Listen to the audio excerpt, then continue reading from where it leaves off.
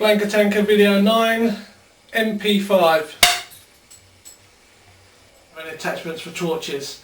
Now that's a catch-22 for me, because the reason I bought this originally to have the torch on it was to use it for night games, and then I wanted the tracer unit, so I was a little bit silly there.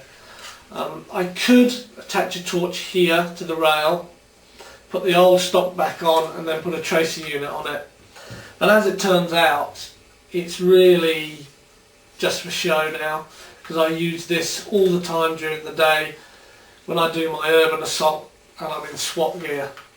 So this is this and the Spads 12 are my SWAT weapons. The battery for this MP5 is in the front handguard. Now that is because it originally was an MP5A4-5 which had the sliding stock. So even though I put this stock on, the wires and everything I've left up the front here as in an MP5A5. Now it's quite easy to get access to this. It's got a push pin at the front that you push out, and then the stock will just come down and off, and there you have your battery. And as with most of my weapons, the batteries are the mini type, 7 cell, and this one happens to be 1300 mAh. Now the stock, as you can see with the flashlight, it's all self-contained, so it operates by itself. It doesn't take any power from the gun.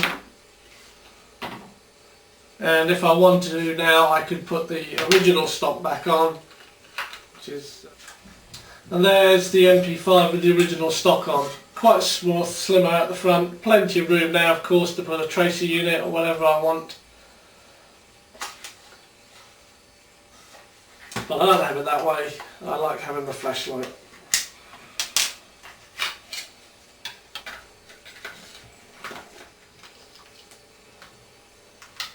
Push the pin back through,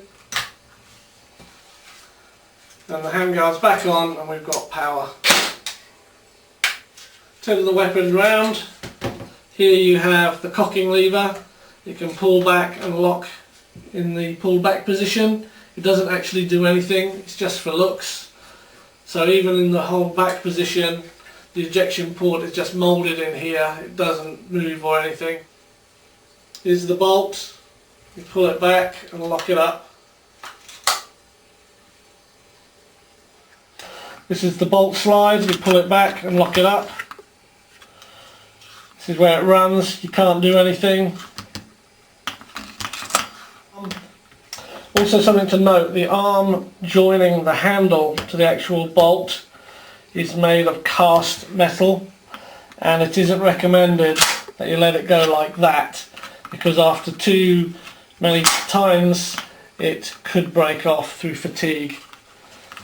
So it's not recommended. Just let it go slowly. The hop up is in fact here at the end of the handguard. And it's a little lever that you can push forward or pull back in order to adjust the hop up. And this is the hop up lever. You can push it forward or back in order to adjust the hop up. Here is the forward sling attachment point. Here's the forward sling attachment point. Now coming along this side you have another sling attachment point you could use off here. The same safe semi-auto fire or full auto fire selector works from both sides, as I've said.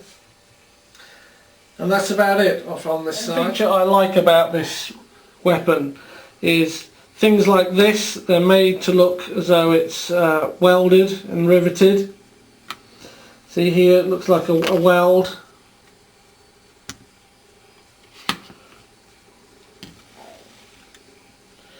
And the way this is joined, it all makes it look as though it's welded. And here at the end of what used to be the slide for the folding stock. And this has no function at all but it just looks as though it's been a piece that's attached on. You've got the welding look on the ejection port cover, again here, around the outer barrel. So there we have it, the Tokyo Marui MP5A4.